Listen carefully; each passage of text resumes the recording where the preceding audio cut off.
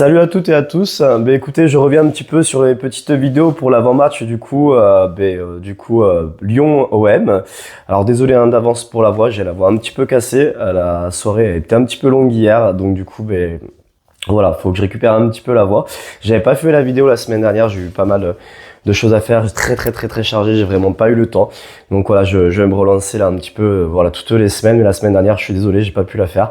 Et du coup, on va relancer un petit peu sur ces vidéos du coup.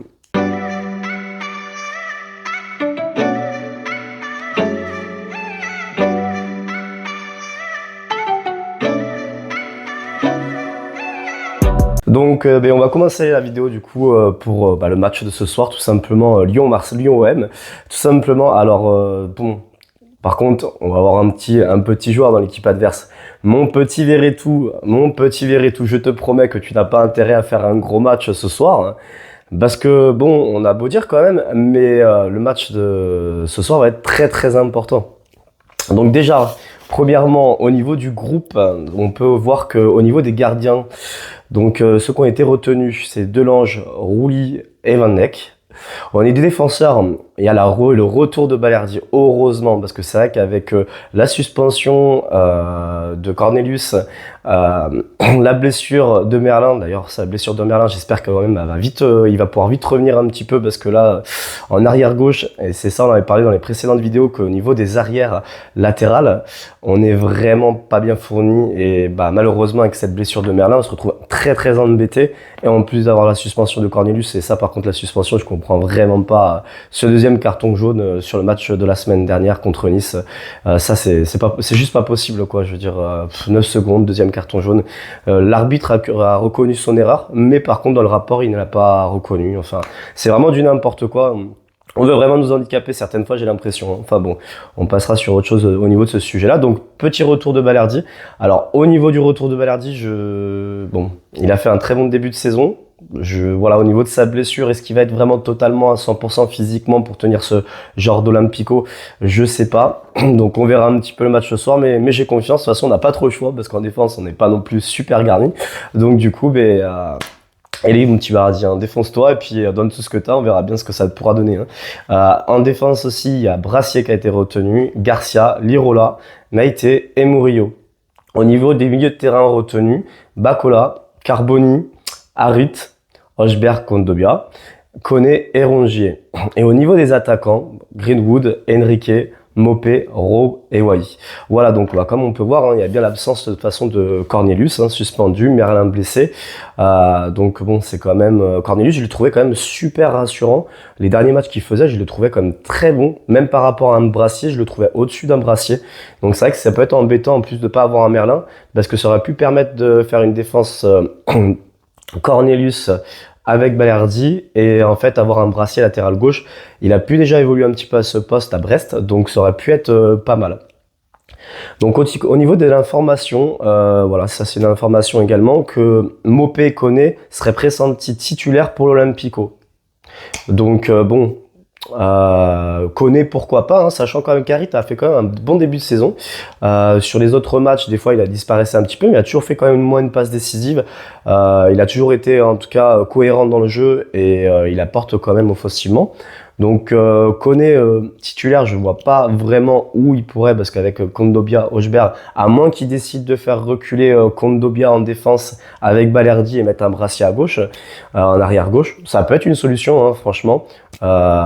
Mais sinon, Koné titulaire, bon, à voir. Et Mopé, très bon match contre Nice. Hein. Mais je vous avoue que franchement, là, j'aurais bien mis Wai en titulaire, en fait. Parce que je sais que c'était le match avant Nice. Il a pas marqué, mais il était pas mauvais dans la construction du jeu et tout. Et je lui laisserais bien sa chance en tant que titulaire. Hein. Et toujours, de toute façon, le mettre avec un Mopé en concurrence. De toute façon, je pense qu'ils vont s'apporter mutuellement. En plus, ils peuvent être complémentaires parce que c'est vraiment pas forcément le même jeu. Donc franchement bien à voir. Mopé ou Wai, dites-moi dans les commentaires si jamais qui vous auriez mis en titulaire. Moi franchement j'aurais bien commencé avec un Wai et pourquoi pas un Mopé en seconde période si vraiment Wai il est un petit peu juste et on voit qu'il fait pas un très bon match. En tout cas franchement moi ce soir pour moi les gars c'est victoire obligatoire parce que hier on a un petit nul du match de Paris contre Reims, un petit 1 partout. Du coup, ben, si on gagne ce match, on revient à égalité de points. Alors, je crois qu'au niveau de la différence de but, on n'y est pas encore, hein. Mais par contre, on vient à égalité de points de Paris. Donc, s'il y a bien un match à gagner, c'est ce soir. Comme ça, on prendrait la tête du classement avec Paris. Et en plus de ça, ben, un Olympico, de toute façon, on est là pour le gagner, hein. Il y a pas photo, il n'y a pas à chier. Donc, celui-là, faut le gagner. Bon, c'est vrai qu'avec les absences ou autres, j'ai un petit peu peur aussi parce que ça joue là-bas et là-bas je sais qu'on a du mal quand même à faire les résultats. Donc on verra. Mais bon, j'ai confiance en eux.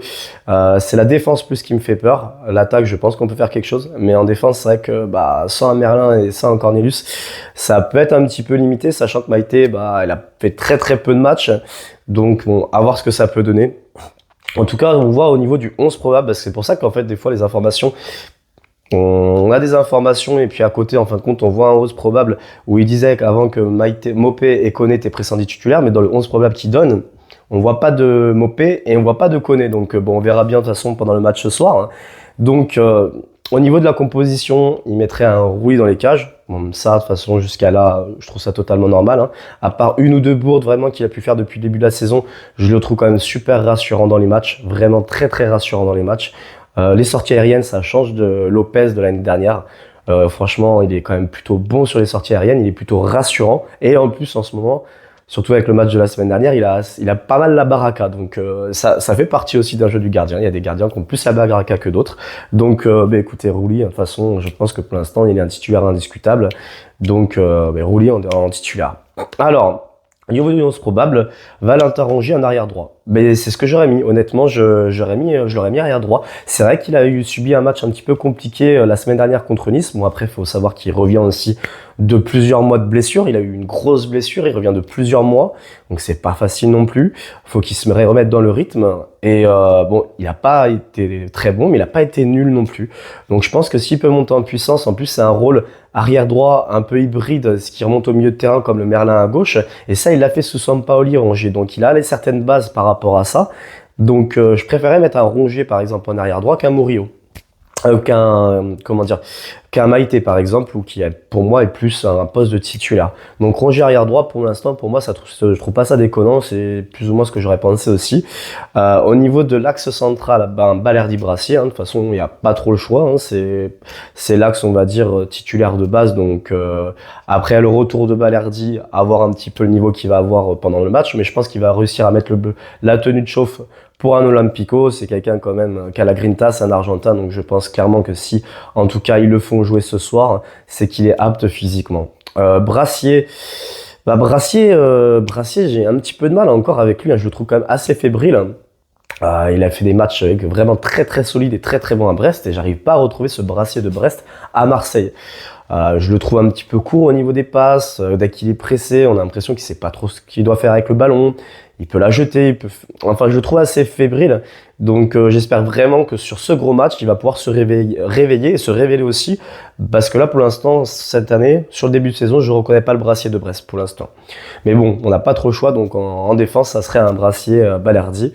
En arrière gauche, Merlin, blessé pendant plusieurs semaines. D'ailleurs, au niveau des jokers médicaux, je sais pas où ça en est, mais ça serait quand même plutôt bien qu'on puisse recruter un arrière gauche en joker médical, parce que si c'est vraiment plusieurs semaines, voire peut-être plusieurs mois, il va falloir qu'on trouve une solution. Parce que Murillo pour dépanner à gauche, ok, il fait ses matchs de temps en temps, mais ça va être très limité en apport offensif et c'est pas son poste de prédilection de toute façon. Donc là, c'est vraiment du bricolage, mais il faudrait vraiment qu'on puisse quand même trouver un arrière gauche remplaçant. Donc là, de toute façon, pas trop le choix, hein. Je préfère mettre un Murillo quand même arrière gauche qu'un Elix Garcia pour l'instant. Donc voilà. Au niveau de terrain, du milieu de terrain, bon, ça va être la paire contre Dobia-Hochberg, hein. De toute façon, ça change pas, hein. Je crois qu'on est vraiment sur la paire titulaire actuellement, de toute façon, pour la saison. À part, bien sûr, à mon avis, avec le retour de Rabiot. Donc avec le retour de Rabiot, je pense qu'on sera là certainement plus sur un Hochberg-Rabiot. Mais bon, il faut quand même laisser le temps, je pense, de reprendre le rythme parce que ça fait un petit temps qu'il a pas rejoué de match non plus.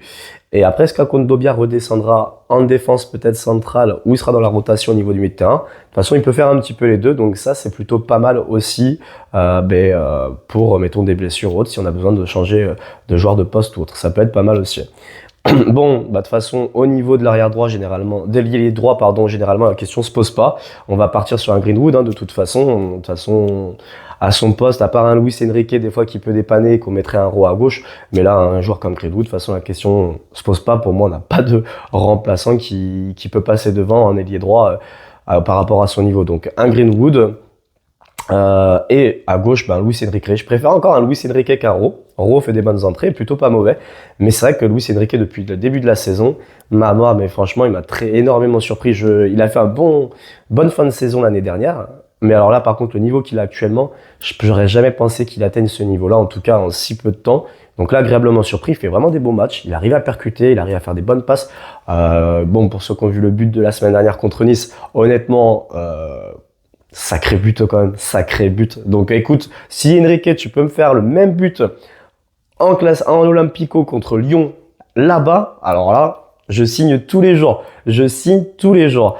Donc du coup, ben, écoute, Enrique en ailier gauche, ben, en milieu, en numéro 10, sur un compo probable, ça serait Harit. Bon, pas déconnant, hein, franchement.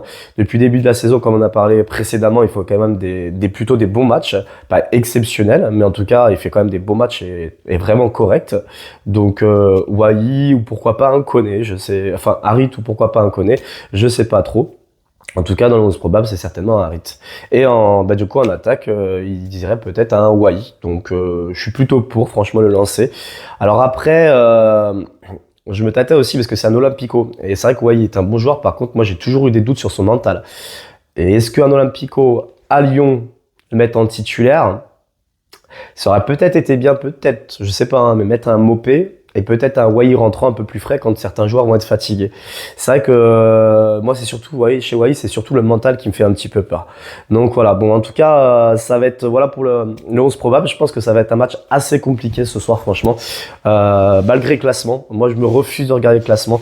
Pour moi, chaque match est à prendre au jour le jour, sans prendre compte au classement, parce qu'il y a des suspensions, il y a des blessures, les matchs sont pas pareils. Un Olympico, c'est pas le même match que si Lyon affronte une autre équipe de bas de tableau ou de milieu de tableau. Le classement, ok, sont derrière. Après, on a quand même une suspension et une blessure qui est très importante aussi pour nous. Et ça se joue là-bas. Et on a du mal à faire des résultats. Alors que eux, je crois qu'au niveau du groupe, si je me trompe pas, ils sont vraiment au complet. Donc, ça va être un match très compliqué, je pense. Honnêtement, j'ai vraiment envie que Marseille, hein, faut viser la victoire, mais ça risque quand même d'être un petit peu dur. Honnêtement, pour moi, c'est la victoire. Match nul là-bas avec la suspension, le blessé qu'on a et autres. Ça, pour moi, ça serait pas non plus un super mauvais résultat. Quoi qu'il arrive, il faut y aller pour le gagner. Un match nul, par contre, ça serait pas non plus si catastrophique que ça. Par contre, une défaite, les gars, c'est non. Interdit, défaite interdit, ça c'est juste pas possible. Par contre, en plus c'est vrai que ce soir je regarde le match avec un supporter lyonnais, donc non, c'est pour me faire chambrer toute la soirée, les gars, c'est juste pas possible. J'ai juste envie d'être la personne qui va pouvoir chambrer ce soir. Donc voilà, donc je sais pas, honnêtement, moi je miserais plutôt sur peut-être un 1-1 ou un 2-1 pour l'Olympique de Marseille. Je pense pas qu'il y aura de déroute. Je pense que ça sera un match assez serré. Et je pense un beau match quand même. Ça sera certainement un match ouvert. Voilà pour la vidéo. Bah, écoutez, en tout cas, je vous souhaite bon match pour ce soir. Bon week-end et bonne fin de week-end à toutes et à tous. Et puis après, on refait une vidéo pour l'après-match, certainement demain ou mardi, dès que j'ai un petit peu de temps. Allez, bisous à tous. Au revoir.